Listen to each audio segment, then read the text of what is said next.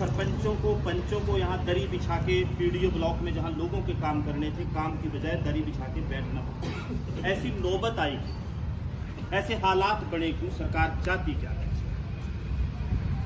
जो देश के लोकतंत्र की सबसे अहम और मजबूत इकाई पंचायत है, जिसका सीधे तौर पर लोगों से जुड़ाव है, हर एक सुख दुख, समस्या, काम, विकास जो सीधे तौर पर पंचायत से जुड़ा है, पंचायत के माध्यम से होता है, उस पंचायत को कमजोर करने की कवायद, कमजोर करने का षड्यंत्र सरकार रच क्यों रही है, ये सोचने की बात है। भारत के संविधान के प्रावधान, बल्कि मैं आप सबसे एक आग्रह करूंगा कि आप एक लड़ाई स्वायत्तता की लड़ रहे हैं, उसमें एक चीज और जोड़ लें। जितना मैंने कानून को पढ़ा, समझा और जाना, भारत के संविधान की 11वीं अनुसूची में 29 विषय ऐसे हैं जो पंचायतों के अधीन आने चाहिए। अभी आपको दिया कुछ नहीं। ज्यादातर आपके जो अधिकार हैं, जो सरपंचों के और पंचों के पास, पंचायतों के पास जाने चाहिए, उन 29 विषयों में से जो 11वीं अनुसूची में संविधान की दिए गए हैं, उनमें से आपको बहुत थोड़ा दिया गया। आप वो भी मांगे कि संविधान जो अधिकार पंचायत को देता है, जो संविधान में लिखे हैं 11वीं अनुसूची में, वो भी पंचायतों को दिए जाएंगे। आप सबसे बड़ी और अहम सरकार हैं, लेकिन इस सरकार ने लोगों की सरकार को प्रयोगशाला में बदल दिया। प्रयोगशाला क्या? हर एक एक्सपेरिमेंट जो लागू करना है उसको पंचायत पे थोप दो। सबसे पहले राइट टू रिकॉल की मैं बात करूं, कह दिया कि लोगों के हाथ में ताकत दे दी, सरपंच गलत करेगा वापस मिला लो। ये लोगों के हाथ में ताकत नहीं दी। देवेंद्र बबली के आप बयान सुने ध्यान से।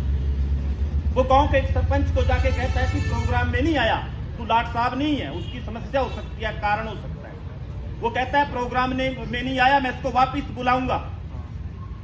क्या ये सरपंचों को दबा के रखने के लिए, डरा के रखने के लिए इस कानून को बनाया था? क्या देवीलाल की ऐसी मंशा थी जिसका नाम लेकर यह कानून बनाया राइट टू रिकॉल का, कि जो चुने हुए लोग होंगे उनको डर दिखा के, उनको इसका भय दिखा के कि मैं वापस बुला लूंगा? अरे तेरे को वापस बुलाने की किसने ताकत दी? मैं तो बल्कि ये कहता हूं कि अगर हरियाणा विधानसभा पर राइट टू रिकॉल लागू होता तो ये सारे आजाद विधायक और सारे इसके दुष्यंत चौटाला जी, इनको लोग सबसे पहले वापस बुलाते। वहां एक बार लागू करके देखें हरियाणा विधानसभा में कि विधायक और सांसद को लोग वापस बुला लें, अगर उनके कहे अनुसार या उनके जो उनके साथ वादा किया, जो अपना एजेंडा दिया उसके अनुसार काम नहीं करते। लेकिन मामला केवल पंचायतों तक रखना है।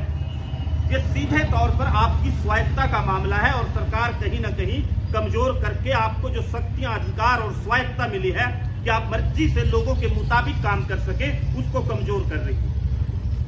आप सब यहां बैठे, लोकतंत्र में आपका हक और अधिकार है कि देश के संविधान में दिए अपने अधिकारों को आप मांग सकें। लेकिन हरियाणा की गूंगी बहरी सरकार, गठबंधन की यह सरकार, पहले तो इन्होंने 1 साल से ज्यादा समय तक पंचायतें भंग रखी, चुनाव नहीं कराए। विधानसभा की सीट खाली हो गई, चुनाव कराते रहे, और कहीं चुनाव हुए वो सारे चुनाव होते रहे, लेकिन केवल पंचायतों को, क्योंकि इनको आईना सामने दिखना था। और आपसे इनको सिर्फ एक शिकवा है कि अपना पालतू बनाना चाहते हैं सरपंचों को, कि उनकी कलम से, उनके इशारे से चले। लेकिन इनको समझ होनी चाहिए ये हरियाणा है, और हरियाणा में सरपंची की चौधर लेना कोई छोटी बात नहीं। आप विधायक बन सकते हो, सांसद बन सकते हो, लेकिन ऐसे उदाहरण हैं कि सांसद और विधायक भी जब सरपंची में गए तो मुंह की खा के आए। कारण क्या है? सीधे तौर पर लोगों से जुड़ना। सीधे तौर पर आपका रिपोर्ट कार्ड लोग आपके मुंह पे दे देते हैं कि सरपंच साहब ये गली नहीं बनवाई। एमएलए, विधायक महीने 6 महीने में गांव में गेड़ा मारने आएगा, या उसके लिए पंचकूला, चंडीगढ़ जाना पड़ेगा, या जलसा होगा, 20-50 लोग आगे खड़े होंगे ताकि आम लोग वहां तक पहुंच ना पाए।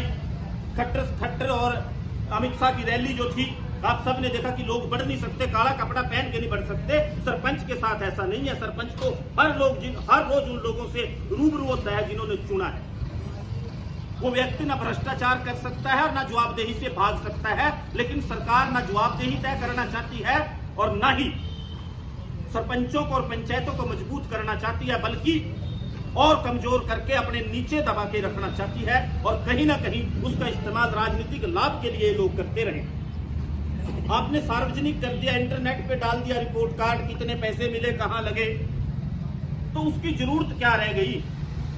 ये स्वायत्तता की लड़ाई है और हम आपकी इस लड़ाई का समर्थन करते हैं एक बात कहकर कि हरियाणा की गठबंधन सरकार हो या केंद्र की भाजपा सरकार हो, इन लोगों की लोकतांत्रिक व्यवस्थाओं में और लोकतंत्र में आस्था नहीं है। और सबसे पहला और सबसे मजबूत सबूत इस बात का कि इनकी लोकतंत्र में आस्था नहीं है, पंचायतों के साथ, पंचायतों की व्यवस्था के साथ छेड़खानी करने का है और छेड़खानी करने के माध्यम से उसको कमजोर करने का है।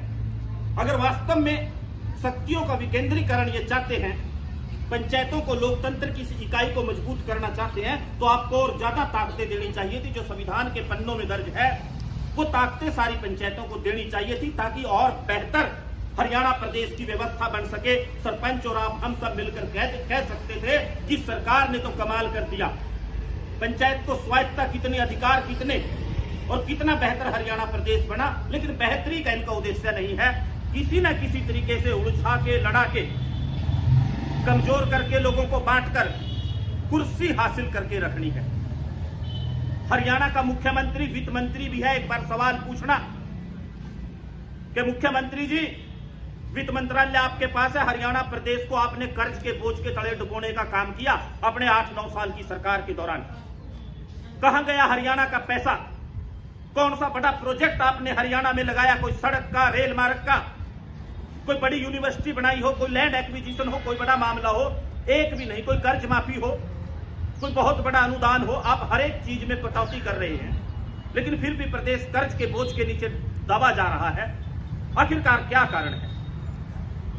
आप सबको बहुत धन्यवाद कि आपने ये आवाज उठाई और इस गूंगी, बैरी, अंधी हो चुकी, गंधारी बन चुकी सरकार को आईना दिखाने का काम किया कि गांव के सरपंच, गांव की चौधर और इस प्रदेश की और इस देश की संस्कृति में पंच परमेश्वर आपके इन तुगलकशाही फरमानों से खुशी नहीं है, इनका विरोध करते हैं। विरोध करने के लिए ताकत चाहिए, हौसला चाहिए, और वो हौसला और ताकत आपने दिखाई, उसके लिए आप सब बधाई के पात्र हैं। आप सबका धन्यवाद। हर एक मोर्चे पर जहां आपको जरूरत महसूस हो, हम आपको आपके साथ खड़े मिलेंगे। आपकी इस लड़ाई में पहली कतार में आप सबका धन्यवाद। आपने अपने मंच से विचार रखने का समय दिया। धन्यवाद।